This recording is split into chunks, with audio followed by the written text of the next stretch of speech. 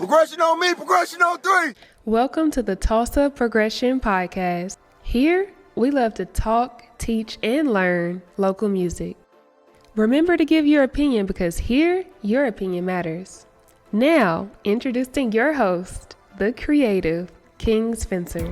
I appreciate you, sugar pie honey bun. That sounds so corny, but I gotta call you something new every single episode, gorgeous. So bear with me as I get more and more creative.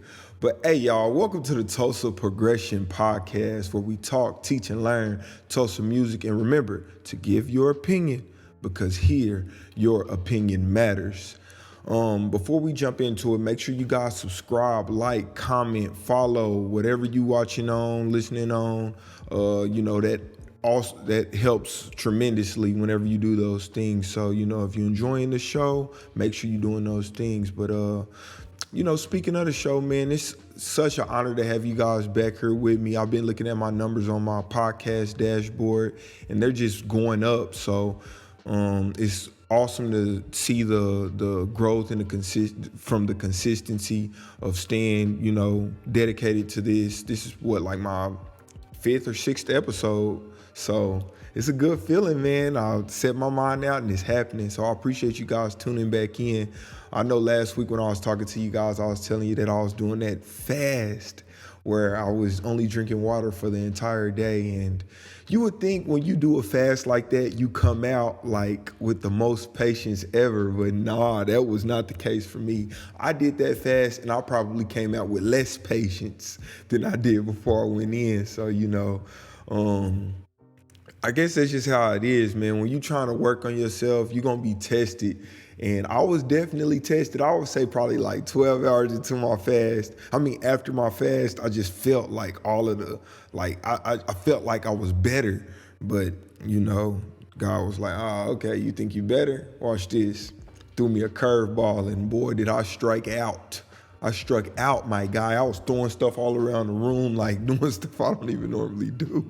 So, man, but that's part of it. I want to say it was it's a Bible verse in the Bible, like Proverbs, somewhere in Proverbs, man. I'm still getting gamed up, so y'all gonna have to bear with me on my sorting my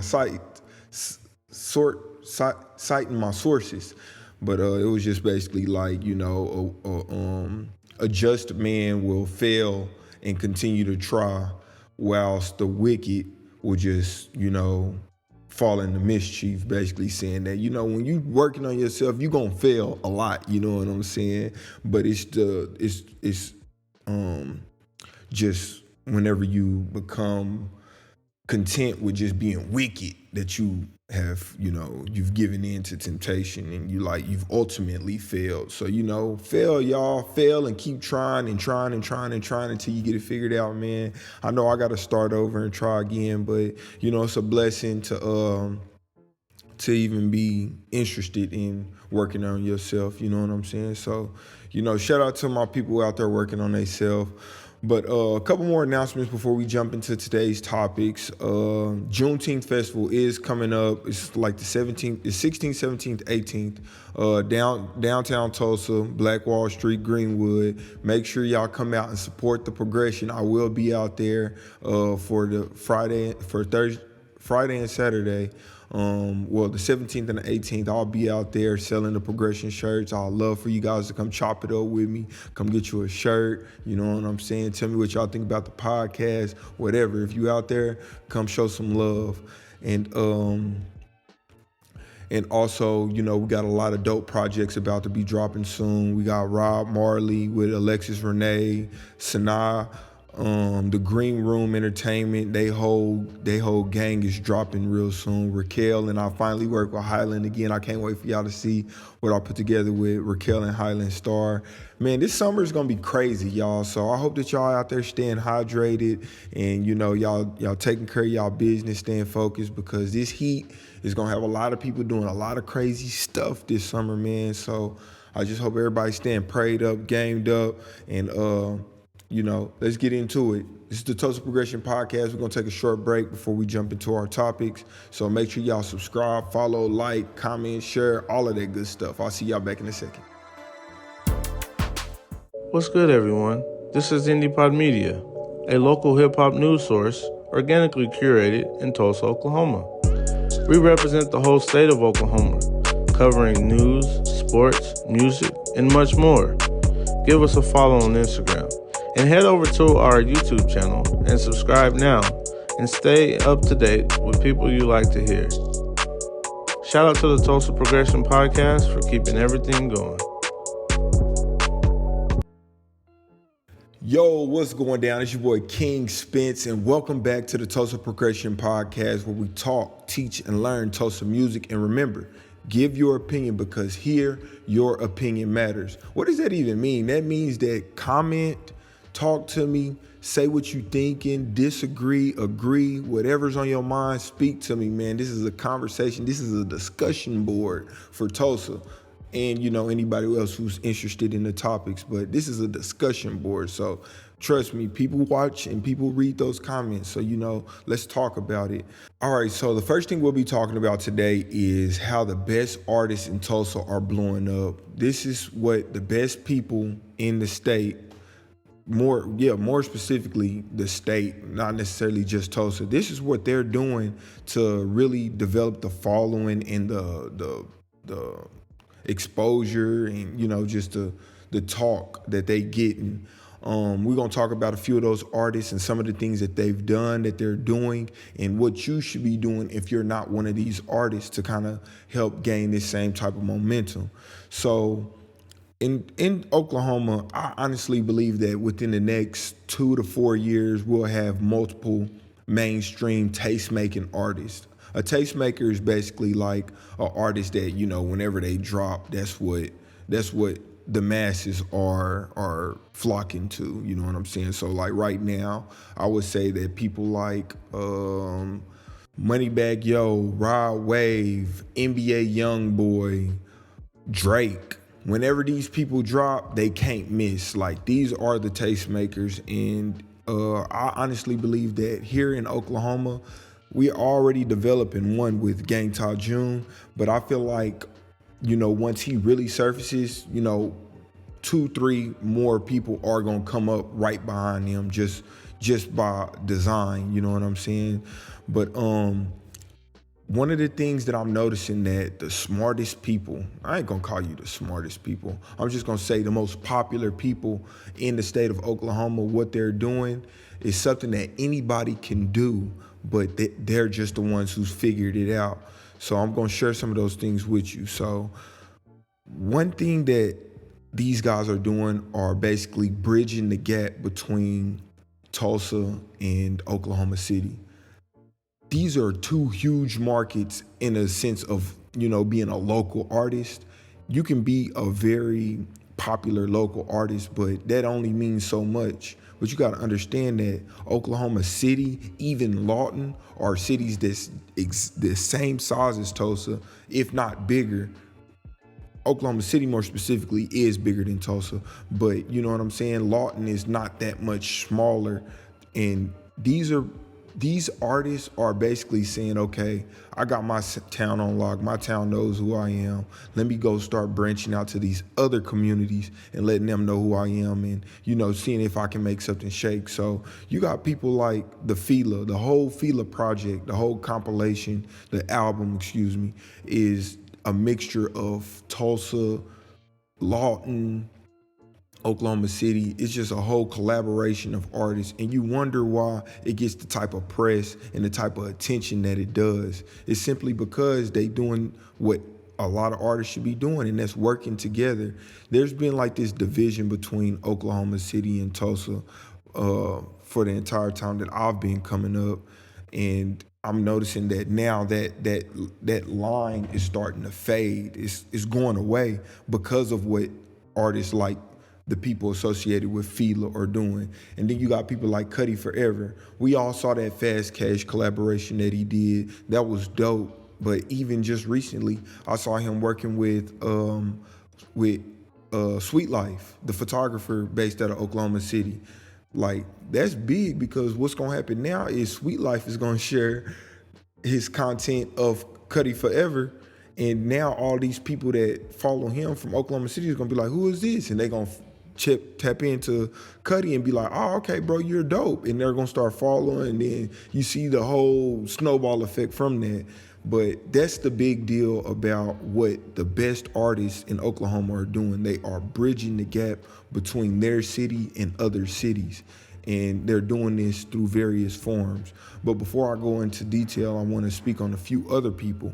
Let's not forget Tulsa's biggest artist right now, Gang Ta June, and how he's been recording music in Oklahoma City-based studios and also in Tulsa-based studios. He's been using a Oklahoma City-based DJ. Shout out to DJ Wayne in this thing. Like, come on now. It would have been so easy for June to take any Tulsa-based DJ, but I feel like that's like a chess move to use your influence to work with somebody that's equally influential from a different city in Oklahoma. Like, do you know how easy it would have been for him to say, hey, I want Oklahoma? Like, it would have been a long line of people, but he was like, nah, I'm gonna work with the city. And look how that's affected his career. Not to mention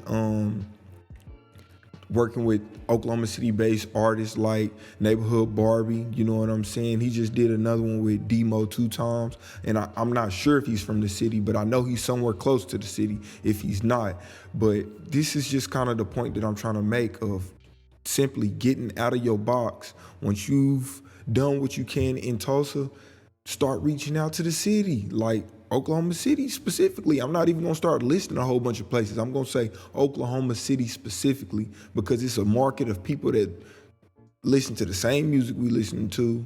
They got the same trends, the same fashions, plus or minus a few minor tweaks. But overall, Oklahoma City and Tulsa people is the same people. It's not as big of a difference as it is from Tulsa people to Los Angeles people or Tulsa people to New York people. There's not that huge of a difference. There's really not even that huge of a difference between Tulsa and Dallas people. It's just a few minor tweaks, but we all in the same region and we kind of all got the same commonalities.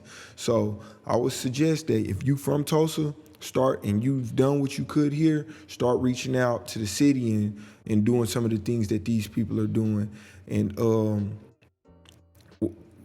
I've created a list of things that I think, you know, you could use to kind of specifically target your decision making or your goals and plans whenever you do look into doing some of these things. So one thing I would suggest you do is use Oklahoma City-based locations. If you're from Tulsa and you trying to drive up your Oklahoma City engagement, go to Oklahoma City, use their skyline, use some of their restaurants, do some stuff that's gonna make Oklahoma City connect more with whatever art you putting together. Create a conversation, make them talk about it. Do something to make them want to talk about what it is you're doing and bridge that gap of that Oklahoma City Tulsa. Another thing you can do is network with different producers. That's another thing I forgot to mention that June did, is that he was working with GQ, Sauce Me Up GQ on some of his project. You know what I'm saying? Go to Oklahoma City, create the relationships, tap in with some producers that's out there. And same thing for people in Oklahoma City. Come here to Tulsa, tap in with our producers, tap in with our locations, you know what I'm saying? And create that conversation and make people connect with the work that you put with your art. You know what I'm saying? But let me stay on topic.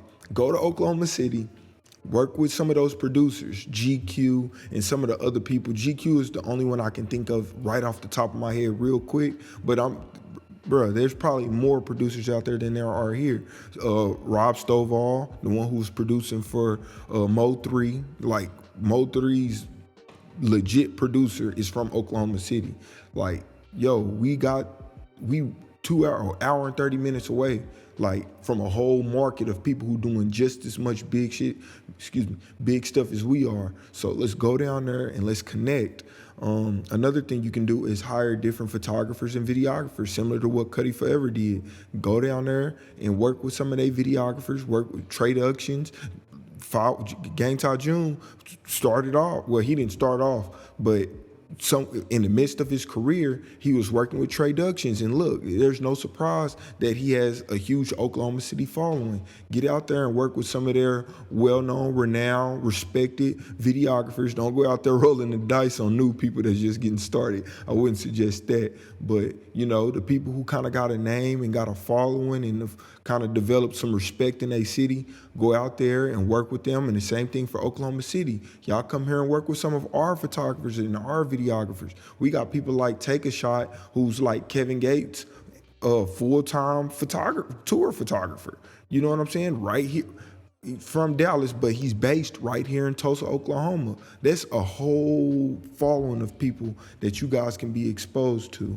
But another thing that you can do is give yourself a chance to connect with, to create and connect with new fans and followers in Oklahoma City.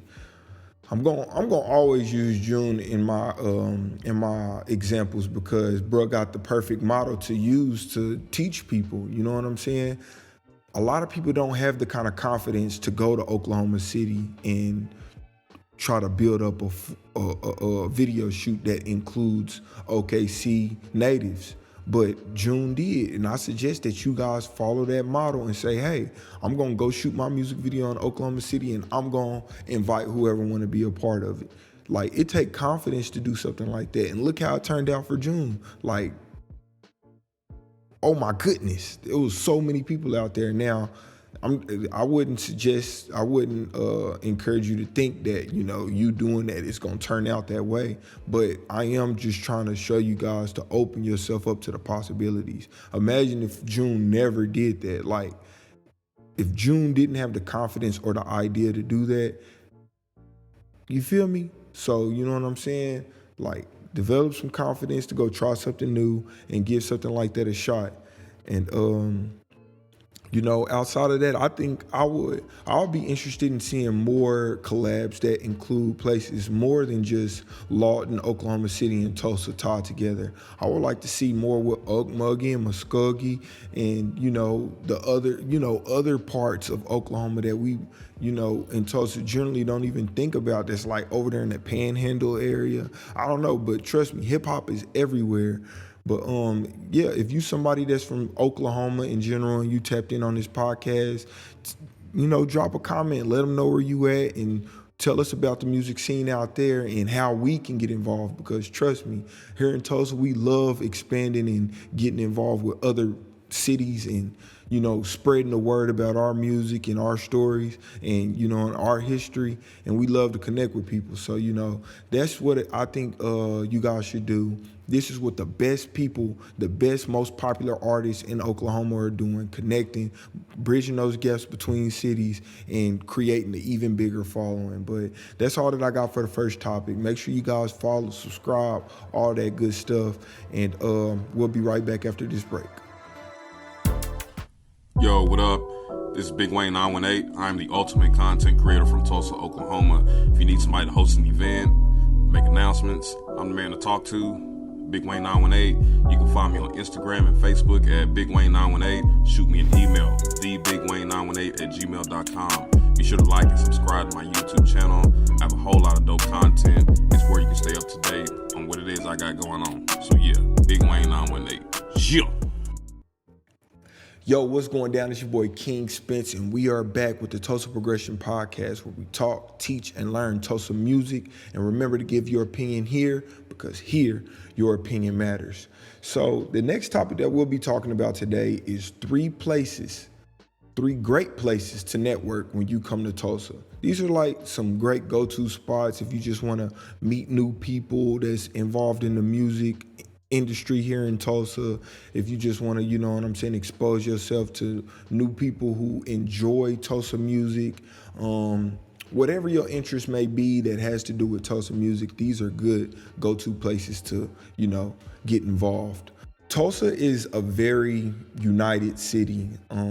It's not uncommon for us to have very consistent meeting opportunities for, you know, that consist of the arts, you know what I'm saying? More specifically, music. And I've put this list together because I feel like if you're new to Tulsa and you have a genuine interest in just meeting people that make music and that love music, it'd be nice to have like something like this that says, hey, here are a few places that you can get exposed to these things. And through getting exposed to these places, you'll also be exposed to even more opportunities, because that's one thing that's generally happening, throughout the world. You go to an event, chances are you're going to be exposed to another upcoming event just being at these events. So these aren't all events. These are also places that, but I'm going to go ahead and get into it. The very first place that I want to introduce to you guys, if you aren't already familiar, is the Black Wall Street Liquid Lounge. This is a great place to network here in Tulsa, Oklahoma, because this is a place that, first off, is owned by Cody Ransom, and if it's not owned by him, he manages it, but I believe he is the owner. Cody Ransom, at Cody Ransom. And this is think of a Starbucks. It's like a Starbucks on Black Wall Street. And this is a place where people like myself love to go. I often meet other musicians there. Something special about the Black Wall Street Lounge is this. This is probably one of the one places you can go on Black Wall Street that within 3 people, you are connected to everybody in Tulsa. 1 out of 3 people can get you in contact with anybody you need to get in. Whether a crackhead stole your purse out of your car, you can go to the Black Wall Street Liquid Lounge and ask 3 people, have they seen this person? One of them gonna know. If you need to get in touch with the mayor of Tulsa, you go to the Black Wall Street Lounge and ask 3 people. One of them can get you that man's phone number. I'm telling you, this is one of the most diverse, one of the most connected places you can be in Tulsa, Oklahoma. I love going there because Cody is a good friend of mine, and I just like to go there and catch up with him. And I've even done interviews there. I've done, what else have I done there? I think that was, I was playing chess in there. It's a lot of stuff that you can do. A few things that you can do there is, you can eat, mingle, meet people. It's a workplace. You could chill, watch TV, play video games, and just lounge. You know what I mean? It's like a Starbucks. Anything you can do at a Starbucks, you can do here and more. So I would highly suggest that if you're ever in Tulsa, or if you're from Tulsa and you're just looking for a place to meet more people that's involved in the arts, this is a A1 place to go. But that's one place. And y'all can follow them on Instagram at BWS_LL. That's short for Black Wall Street Liquid Lounge. BWS_LL. Check the podcast notes or the description, and I'll also have that in Cody's Instagram there if you want to reach out to them and ask them any questions about upcoming events or a good time to come in, happy hours, whatever. Hit them up and figure all that out. The next spot is something sponsored by Natural Roots Dispensary. It's called Rock the Mic Wednesdays at the Juice Maker Lounge. DJ Wally DJs this. It's hosted by David Puffin. And this is a pretty dope event because it's like an open mic night, so to speak. And it's a good place to, just go hang out and get exposed to new talent. I've listed a few things that you can expect from going to an event like Rock the Mic Wednesdays with David Puffin. You can, just go there and mingle. It is a club environment, club setting, so, you can have some drinks, mingle with some people. You actually can perform there. You can enjoy some entertainment from, music from DJ Wally, which is going to be the best music that you can hear in the town. And also, some live performances from, people from Tulsa and from outside of Tulsa. I've actually saw somebody that was from St. Louis perform there one time.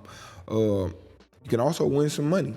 My understanding is that they'll pay whoever get the crowd the hypest, you know what I'm saying? So if you're pretty confident in your performance skills and you think your music is dope, I would suggest you go there and give it a shot. But despite all of that, if you ever just want to get your network on, this is a great spot to be because there's always local artists there, and there's always people who support local artists there. So it's a good spot to, get exposed to people. So, Rock the Mic Wednesdays with DJ Wally and David Puffin. You can actually follow them on Instagram if you want to ask them any questions. David Puffin is David_Puffin, Puffin. I actually will have his Instagram in the podcast notes if you want to hit them up and let them know, like, hey man, I'm interested in how I can get involved. I want to meet you, whatever. I don't know. Hit them up and see what you can figure out. You know what I'm saying? But this is one of the spots to do stuff like that, and they do it on Wednesdays. I believe it's every Wednesday, if not like every other Wednesday. But yeah, man, check them out. And then the last spot that's a great place to network in Tulsa is something that I've mentioned on this podcast plenty of times, the Soulbody Cyphers. And ironically enough, the next event is June 17th, which is in 4 days.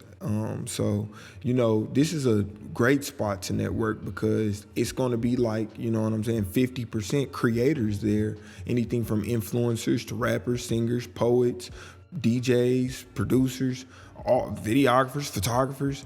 All of these types of people are going to be present in the building. So this is a great place to go and meet, shake hands, tell people about what you're interested in, what you're working on, and, get some people on board with whatever you're trying to get people involved with.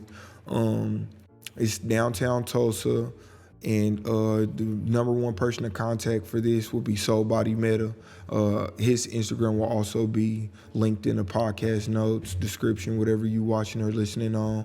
But yeah, man, those are 3 places that I feel like are A1 places to network if you want to meet new people or talk to new people about what they working on, whatever you're interested in. This is the place to go to get connected with creators.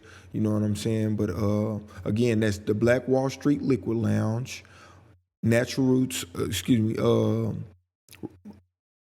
Rock the Mic Wednesdays at the Juice Maker Lounge, and the Soulbody Cyphers. But these are the most consistent places. There are more that we can talk about on the podcast later, but for now, these are the 3. And these are just places that offer the opportunity to just meet with new people, you know what I'm saying, and do that networking. So, check them out, give them a follow, tell them that King Spence told you about them, you know what I'm saying. But that's pretty much it for this portion of the podcast. Make sure you guys subscribe, like, comment, tell me what you guys think. Tell me like some other spots going on in Tulsa that are good places to network, and tell me about y'all experiences with some of these places, because I'm sure some of you all have been there. But that wraps up this portion of the podcast. We'll be right back after this break. What's good, everyone? This is IndiePod Media, a local hip-hop news source organically curated in Tulsa, Oklahoma. We represent the whole state of Oklahoma, covering news, sports, music, and much more. Give us a follow on Instagram, and head over to our YouTube channel and subscribe now, and stay up to date with people you like to hear. Shout out to the Tulsa Progression Podcast for keeping everything going. Yo, what's going down? It's your boy King Spence, and I'm back. Welcome to the Tulsa Progression Podcast, where we talk, teach, and learn Tulsa music. And remember to give your opinion, because here, your opinion matters. Now, today we're going to kind of shake things up a little bit, man. Our third topic is something that's kind of near and dear to me. It's special. It should be fun. I want to talk to you guys. I want to have a discussion with you guys about who y'all think makes the best pain music coming out of Oklahoma. Now, I did want to do just Tulsa, but I just got to give my just due to a couple of Oklahoma City-based artists because I listen to them so much. But, when I say pain music, what I'm saying is, like, how well do you think these guys are relaying their story, their pain-related story in their music? You know what I'm saying? So I got 4 artists that I want to bring into this discussion. And if y'all guys, if you think that we should involve somebody else in this discussion, involve them. Let me know who y'all think they are. And, make sure y'all drop those links to those songs so I can hear them. But if one way I like to classify this is if you're doing a 4-hour drive from Tulsa to Dallas, right? You only get to listen to one of these artists. Which one is it gonna be? But we going simply based off of they paying music. We're not doing their whole catalog, only they paying music. So the first person I wanna bring into the discussion is Lil South. Lil South is actually an Oklahoma City-based artist, but shout out to him, you know what I'm saying? We showing you some love on the Tulsa Progression Podcast today. Bro be having that pain music, you know what I'm saying? He got all different genres, you know what I'm saying? But we talking about that pain music today. He got this one record called Awake, that life up and down, they come. Yeah, y'all already know how it go. Go check it out. But yeah, we got Lil South that we got to bring into the discussion. Also, No Hezo, another guy that's out of Oklahoma City. I've talked about him on my YouTube channel plenty of times. Bro is nice. He got a few records. He got that Kill Satan, Sins, Bounce Back. These are all records that I would classify as like pain music. They fall in multiple genres, but they definitely fall in that pain genre that I'm describing as well. And of course, we got to use Tulsa's very own Gang Ty June. Come on now. Who else? You know what I'm saying? When it comes to pain music, bruh is killing it. Lost Clouds, Cold Shoulder, 5-1 Savior. You know what I'm saying? Like these are some dope records. And then the last person is also from Tulsa, and that's Cam the Side Nigga. Help Me, Jumping Cable, Nosy. Come on, man. Like these are all some dope records coming straight from Tulsa, and they all like pull emotion out of you. They are like all emotion-filled records. So that's what I kind of want to talk to you guys about. Like when it come down to Lil South, No Hezo, Gang Ty June, and Count the Side Nigga, which one do y'all think making the best pain music? So I sat here and I thought about it. I'm the one who put the question together. So I'm sitting here thinking, I'm in here geeking because I'm like, oh, I feel like Cam get a little extra sauce because he can't sing, but he still can pull that like goosebump, shivery, hair on your neck, stand up emotion out of you with some of the stuff that he be saying. But I pulled out a few of the songs that I really liked from a few of them. Awake from Lil South. No Hezo got this record that's called Kill Satan. Bro, that song is powerful. I've listened to that song probably like close to 500 or more times. I know that whole song word for word. Like that's a special song to me. And I think that like bro really visited a very interesting place in that record, just in the hook alone. And then June, I feel like June came up off of telling stories. You know what I'm saying? Like Lost Clouds and on his new album, Cold Shoulder. And then the 5-1 Savior is like one of the songs that made him very popular. You know what I'm saying? It's just the stuff that he be saying in his songs. And it's all like, you know, like pain related music, you know what I'm saying? And then Cam, oh man, bros, every record that Cam drop, it's rare that Cam drop a song that he just like flexing or almost everything that Cam drop is like a story. You know, like not necessarily like from front to end a story, but just like experiences and trauma and like, you know what I'm saying? Like, bro, it's very transparent in his music as well. But y'all tell me what y'all think, man. I'm just trying to kind of expose y'all to what I think. If I had to pick one of these people,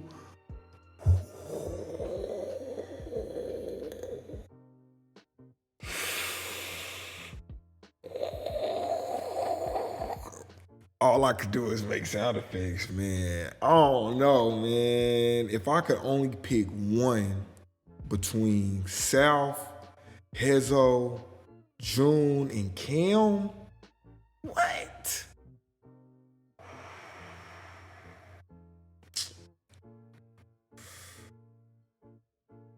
I don't even know, man. I had to come back to that. If I had to force the answer out right now, it really depends on what kind of mood I'm in, though. Because if I'm in Oklahoma City, off tops, I'll be listening to Hezo. Just whenever I see the Oklahoma City skyline, something in me just make me turn on that Hezo song, that Kill Satan, just that whole Living Proof. mixtape album that he got. You know what I'm saying? I think that's really the reason why I like him. It don't even be that the quality of the visual is dope. It just be that the quality of the message is dope. You know what I'm saying? So I really can't pick it. Mostly just depend on the setting that I'm in. But man, y'all let me know what y'all think out of those few guys. I'd love to have this conversation and hear what people gotta say without the hating though. Cause I remember last time I did this, it was like a lot of hating going on. Like if you ain't got no solid opinion about it, man, just put it where the sun don't shine. But if you got a scholarly, you know what I'm saying, knowledgeable opinion about why y'all think who is best at making that pain music, I'd love to hear what y'all got to say. You know what I'm saying? But I feel like all these guys do a great job of relating pain through they art. And shoot, I just had to shout them out. But that's all I got for this portion of the Tulsa Progression Podcast. Y'all let me know what y'all think in the comments. Subscribe, like, comment, all of that good stuff, man. And I'll see y'all back after this break. Yo, what up? This is Big Wayne 918. I'm the ultimate content creator from Tulsa, Oklahoma. If you need somebody to host an event, make announcements, I'm the man to talk to. Big Wayne 918. You can find me on Instagram and Facebook at Big Wayne 918. Shoot me an email, thebigwayne918@gmail.com. Be sure to like and subscribe to my YouTube channel. I have a whole lot of dope content. It's where you can stay up to date on what it is I got going on. So yeah, Big Wayne 918. Yeah.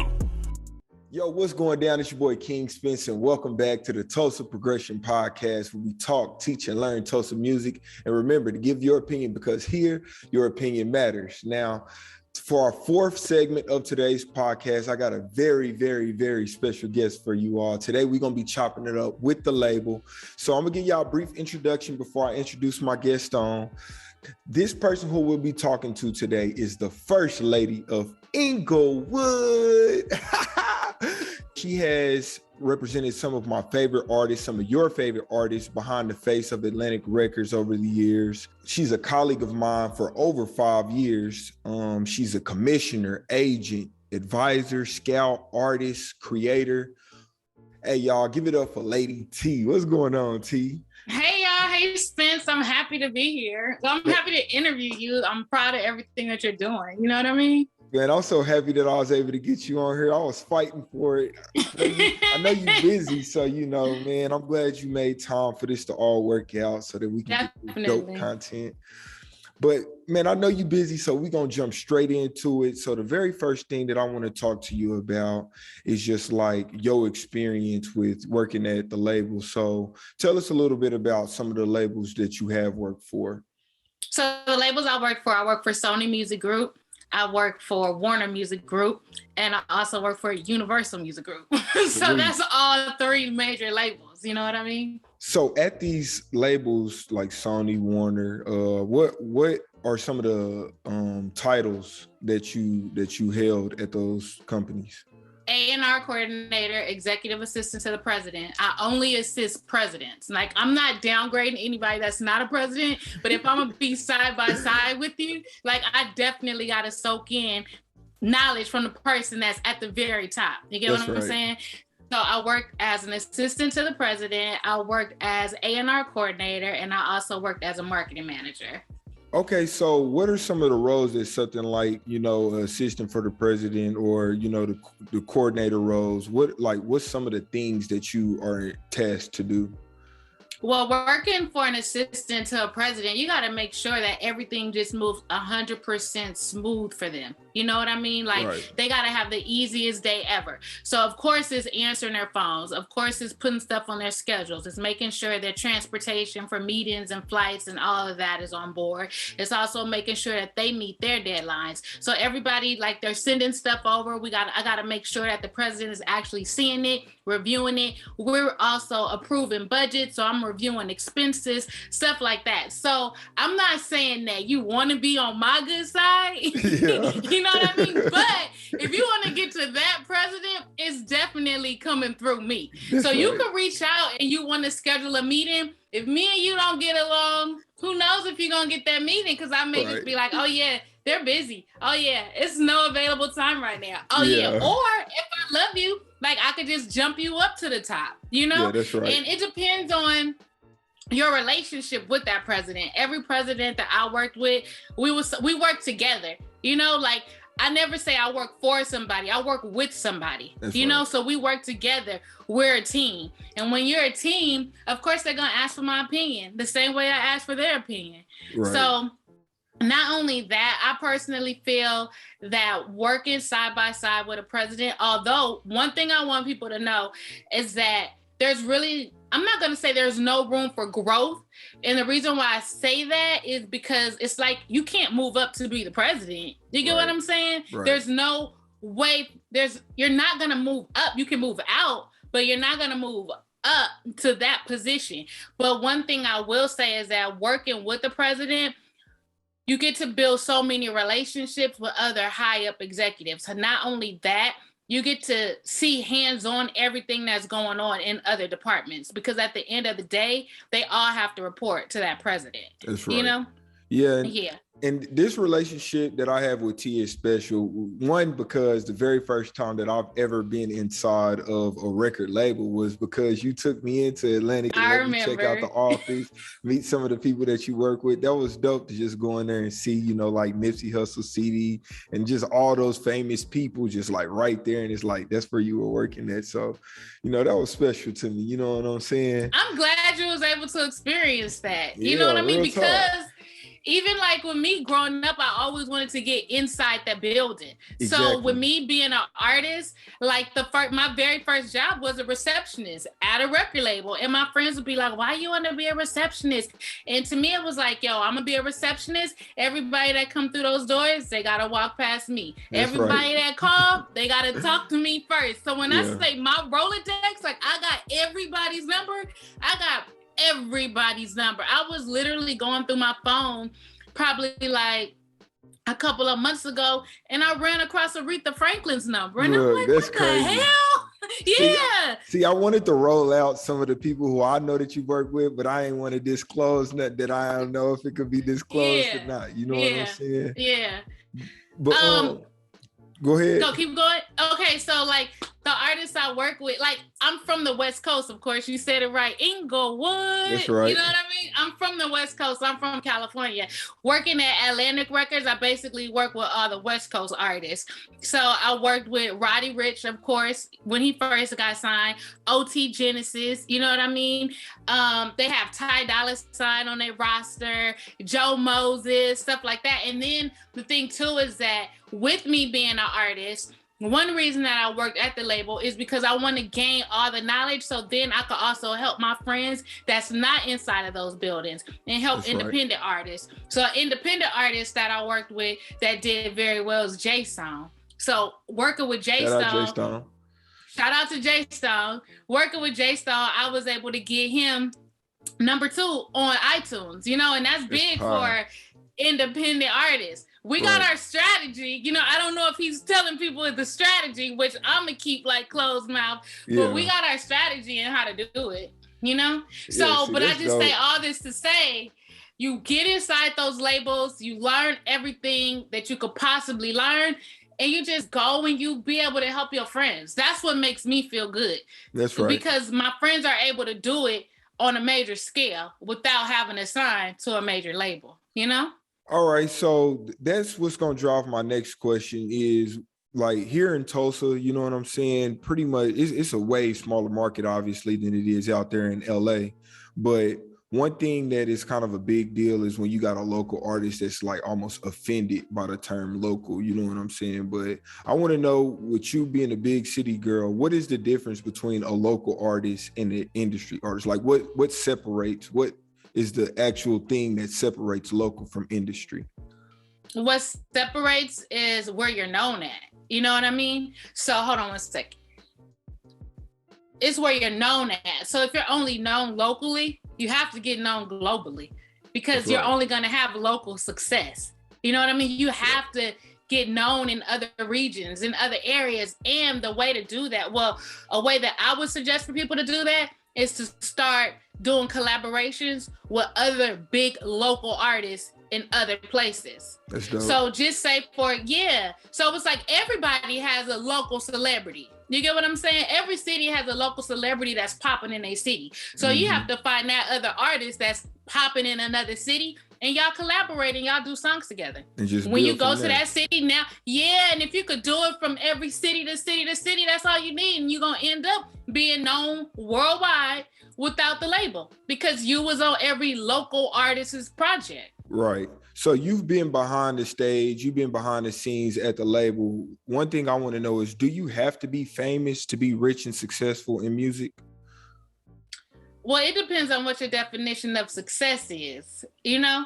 Right. So the question was, do you have to be famous to be rich and successful? You don't have to be famous to be rich and successful. No. In the music industry, though. In the music industry, no, you don't have to be famous to be rich and successful. You can be a local artist and still be successful if you got those streams going. You know what I mean? Yeah. So when I say successful, I'm gonna put a number on it. I'm gonna say 100 bands a year off of music. Can you do that without being famous, like Grammys and stuff like that? Definitely. Okay. Definitely. I know a lot of independent artists that's making over $100,000 a year, and they're local artists. And that's like all music-based revenue? Like, it's all music. It's based off streams. They have less than 500,000 followers on Instagram. Yeah. You know what I mean? Less than that. But they're consistent with putting out music. Yeah, that's dope. That's dope. So you have to be consistent with putting out the music. So as far as record labels go, do major labels offer the best record deals? The best record deals are based upon what your attorney negotiates. So every artist has the opportunity to negotiate their contract. When a contract is given to you, it's the standard contract. It's up to your attorney to redline things, to point out things, to ask for more. It's up to you on what you accept. So when I hear stories about contracts that artists have signed, I'm not saying that, there's no sympathy for them at all. You know what I mean? But at the end of the day, you did have the option to sign or not sign, and you decided to sign. But what I will say is that in the beginning stages, when these artists sign, they don't have the money to go out and get these high paid attorneys. You know what I mean? I'm not sure if they're having their attorney friend look it over. You get what I'm saying? Right. So you want to have the best person possible look it over. But here's another thing that I will say that I know from experience. A lot of attorneys are friends with the labels. So I say that to say you may go get an attorney, but this attorney is friends with the labels. So of course the attorney is going to do what's in the label's best interest. And you won't know that. Yeah. You won't know that. I've also seen it where there have been times where the label will discourage you from keeping your original manager. So many people will be like, oh yeah, artists get on, as soon as they start popping, they leave their original management team. But you don't know that it was somebody inside of the label that kept encouraging to leave your ass, you know? Yeah. Because you didn't know the business. You didn't know the business. Yeah. You was just they homeboy from the beginning that was able to put money up, but you didn't know the business side of things. Right. You get what I'm saying? So it's a fine line between being loyal to that person and making the proper business move. Yeah. You know? Okay. Maybe you could keep that person on as a road manager, because a road manager and a real manager is two totally different things. Yeah. You know? And see, it's but so yeah, much I will say that you have the opportunity to negotiate an agreement. If you don't like what's in that agreement, you don't have to sign it. You can take that contract and you can go to another label and say, hey, this is what record label A offered me. Can you top this? That's right. And then you just get into a bidding war. You know what I mean? So all you really need to do is get that first contract. And then you can start going to other labels and be like, hey, such and such gave me this contract. Can you beat this? Yeah. Such and such gave me these numbers. Can you top that? You know? See, it's so much more that we can dive in just from what you just now said. But I got this list and I'm gonna try to get through this, but I got to get you on here for another one just based off of that answer. I could definitely come back. Yeah. But so the media and like hip hop, they always make it seem like record labels are like the devil. Are they the devil? I won't say that record labels are the devil.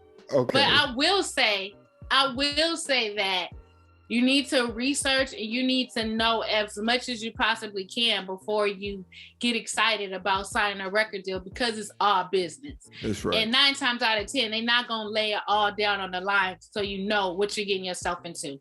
Yeah. I've worked with artists that had I'm not going to say major success, but I've worked with artists that had a lot of success before signing to the label. That's why the label wanted them, because they had so much success independently. Right. Well, doing things independently versus doing things the way a major does, it's 2 totally different things. As an independent artist, maybe you want to put out music every Friday, and that's what was working for you. Mm-hmm. With a major label, if we say, nah, that next single ain't coming, that next single ain't coming. If we say we don't like the artwork, we don't like the artwork. If we don't like the song you pick, we ain't putting no money behind that marketing. So you're no longer in control. So what I would say is, you're no longer in control. What I would say is, if you were able to get your own bank loan, because that's basically what a label is. They give you that money to be able to do whatever. But remember, you're not doing whatever. You know what I mean? You just now have the money to shoot videos. Maybe you didn't have money before. But if you're able to get a bank loan, if you're able to fund your own project, I would definitely continue to fund my own project, and I would get a distribution deal. Wow, great segue, because that's the next thing that I wanted to talk to you about, is the difference between all these different type of deals. So I did a little research before I called you, and I see that there are like 10 different deals just off rip that you can get. And what is a distribution deal? Well, a distribution deal is basically where you get to keep your masters. You own your masters. We don't pay for any of the A&R side. And when I say A&R side, we're not paying for your beats. We're not helping you get beats. We're not putting songs together. We're not paying for studio time. We're not paying for any of that. All a distribution deal does is help distribute the music and help with promotion. Okay. Promo and marketing. So what does that look like? So you might hear the term a PMD deal. Promotion, marketing, and distribution. So some artists would be like, oh, I'm not signed to a label. I'm not signed to a label. You know what I mean? And technically they're not signed, but you do have a distribution deal. So stop trying to take all the credit as if you're doing it independently with no help. Right. Because you can't. You can't. You're not gonna be mainstream without help from somewhere. You didn't do it independently. Yeah. That makes sense. That does make sense. Yeah. So another type of deal that is very common that I hear about, and it usually got like a dark shadow over it, is a 360 deal. What is that? Well, with the 360 deal, the label actually makes money from however you make money. And when I say however you make money, they're going to make money when your song plays on the radio. They're going to make money when you sell merchandise. They're going to make money when you go on tour. They're going to make money when you get a sponsorship, a brand partnership or brand sponsorship. So just say, for example, you team up with Sprite and now your face is on the side of Sprite. Instead of all that money coming to you, the label gets a percentage. The label actually gets a percentage of everything that you do. Okay. Now, whether or not like that's the deal you don't want to do or you do want to do, it just depends. It depends on how much effort the label is actually putting into you as well. It's not fair for the label to eat off of merch and they didn't even help you with the merch. Right. You get what I'm saying? It's not fair for them to eat off the brand partnerships and they didn't help you get that brand partnerships. But if they're helping get everything, then yeah, it's fair for them to get a percentage. So is that a bad deal? Is a 360 deal a bad thing? A 360 deal is not something I would recommend if the label is not helping you secure all those things. If you're the type of artist that's working your own stuff and you're making all of these moves for yourself, then you don't need a 360 deal. Why? It's like, why would you need a manager if you're the one that's booking all your shows? That makes sense. That makes sense. Why are you paying a manager if he's not booking anything? He didn't get you any of those shows. You got them yourself. Why is the label getting money off your tour if they didn't give you any money in the tour support budget? You know? So because some artists will go on tour by themselves without the label paying for it. If they're in a 360 deal, the label still gets money from that tour. Yeah, now you got some artists print up their own merch Yeah. Somebody prints up their own merch. Why is the label getting a percentage of the merch sales? They didn't help you print it. Right. So can any person go into like a label and get a meeting and just kind of like talk about a deal? Or is it something they have to call you about? No. No, you're not just going to be downstairs and then I'll be like, oh yeah, come inside. Now I have done that before, just being nice. Like I remember I ordered Uber Eats and the guy came, and when he saw I was at Atlantic Records, oh my goodness, he was so excited and he rapped and he wanted to go inside. And I just felt like making his day that day. You know what I mean? I was like, oh, you want to come inside? Come inside. You know what I mean? Okay. But you can't just be like, oh yeah, I'm outside in the lobby and I want to go talk to somebody. Nah, those meetings, like those are requested meetings from the A&R or someone in that building that wants to meet with you. It's not about you wanting to meet with them. Okay, I see. So if you're a small town artist that got like a legit following and you doing consistent numbers, like should you be like trying to reach out to an A&R to get in the studio? I mean, into a meeting, or is it like, what you think? I think like if you want to, if you're trying to talk to somebody that's at the label, the best way to get that done is if you have an attorney that has those connects, because your attorney, a music attorney, can make those phone calls because he got a Rolodex of people. He can call the label and be like, yo, I got this new client. This kid is fire, X, Y, and Z. You need to meet with him because Sony already sent me over a contract for him. You know what I mean? Or because Atlantic already sent over a contract for him. They're interested. This is the kid that you want. But you need to make sure that your social media and all that stuff is adding up. Mm-hmm. You need to make sure that when they go online, it's really legit. You need to make sure when they check your Spotify page, when they check your YouTube and all that stuff, you really got some legit numbers, you know? So, now, luckily for Roddy, when he got signed, Roddy only had like 8,000 followers. You know? Yeah, but his YouTube was going crazy though, right? I mean, it was cool, but when I say most labels want numbers, they want huge numbers. Yeah. They want some unbelievable type numbers. Yeah. You know? And that's kind of what my next question is what are labels looking for? Does that answer just simply numbers? Yeah, they base it off of numbers and off of streams. Okay. It's sad, but it's like, if you're not doing 1 million streams a week, you're not priority. Right. You know? Right. That makes sense. That's 1 million streams a week. So I would be in these marketing meetings and we get the streams, and it's so messed up because it would be top mainstream artists. If they ain't getting 1 million streams a week, like we be sitting here quiet and embarrassed. Like, ooh, I don't want them to get to me because now they about to ask me why my artist's numbers ain't high. Yeah. You know? I see. Okay, so look, I got a few more questions. I know you got to get back to it. So no, you good. You got time. Okay. I'm not tripping. All right, sweet.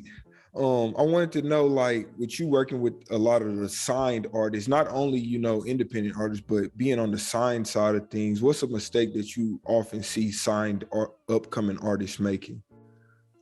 I see a lot of upcoming artists make the mistake of signing a contract out of excitement.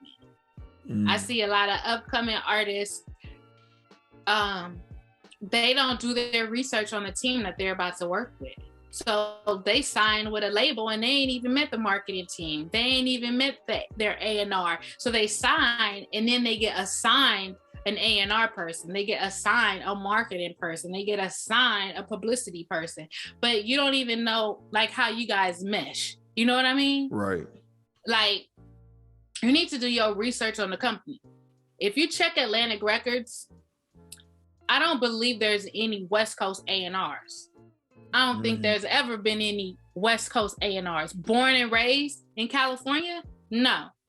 So I've seen success with West Coast artists at Interscope. You get what I'm saying? Interscope is LA based. Yeah. Okay, that makes sense. Interscope, TDE, you know, YG, signed to Interscope. So depending on the type of artist you are, you need to research what artists like you have had success at which label. Yeah. You know? That's a mistake that's a mistake that a lot of artists make. It's like with me and my music, which label has had success working with an artist like me? Yeah. Yeah, they have success working with sexually explicit rappers, but do they have success working with a female rap artist that's not sexually explicit? Yeah. Because then when I get over there, they may try to convert me to be like them. Yeah. And then it'll look like I'm not cooperating or I'm not doing what I need to do to be mainstream, when I need to just be me, because that's the reason why you signed me, because I was me. You get what I'm saying? Labels have that kind of control over your image though, where it's like legally, they have a lot of what do you mean by legally? Like, all right, how you say, like, I understand you to not be like a sexually explicit artist, but it's like now that you signed to so and so, it's kind of like they got the kind of power that's like you gotta. I'm not gonna. They're not gonna say you gotta do, but what they will say is what they suggest. You know what I mean? Yeah. So when they start coming with video treatments and all this type of stuff, or when they start telling me what type of song I need to do, and when I don't do it, then they'll tell me that's the reason it ain't working. And then the next thing I look up and it's no money in my budget. It's no money in my budget because they'll say I don't cooperate and they're not believing in my purpose and what I want to do. They don't think that my route will work. Right. You know?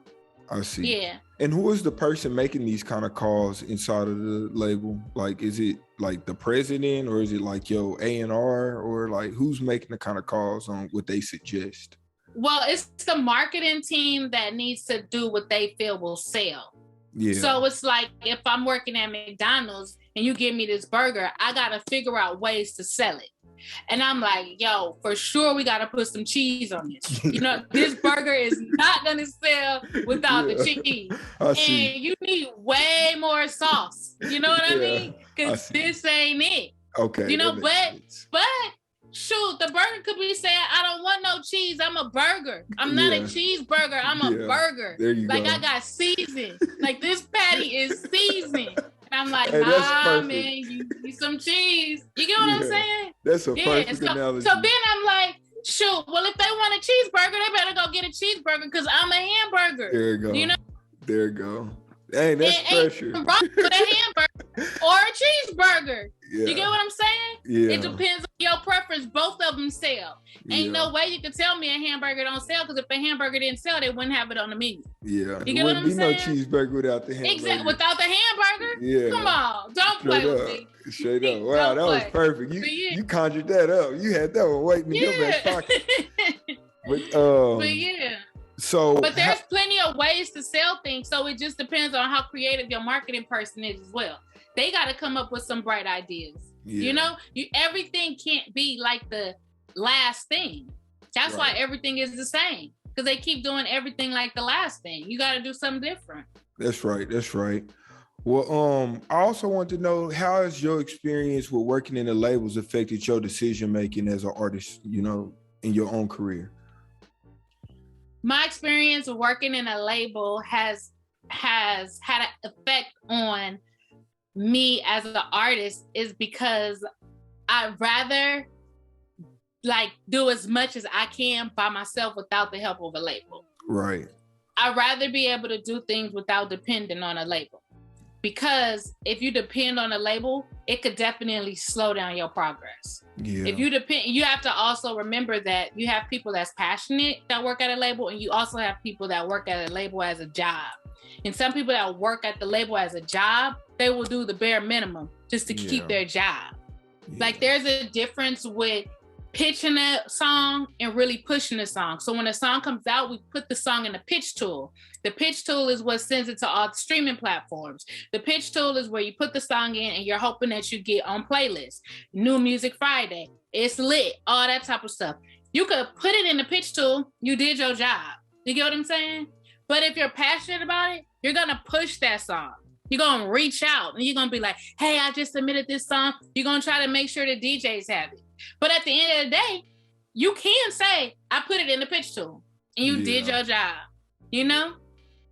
But it's different when you got somebody passionate behind it. It's like, nah, like this, that pressure. Yeah, I see. Yes, it's a huge difference, Spencer, a huge difference. You got to make sure that the person that's A&R in your project actually believes in your message and loves your music. Yeah. You know what I mean? And it's like me, I'm not a fan of auto-tune. So if you're giving me some music with auto-tune, automatically I don't want to hear it.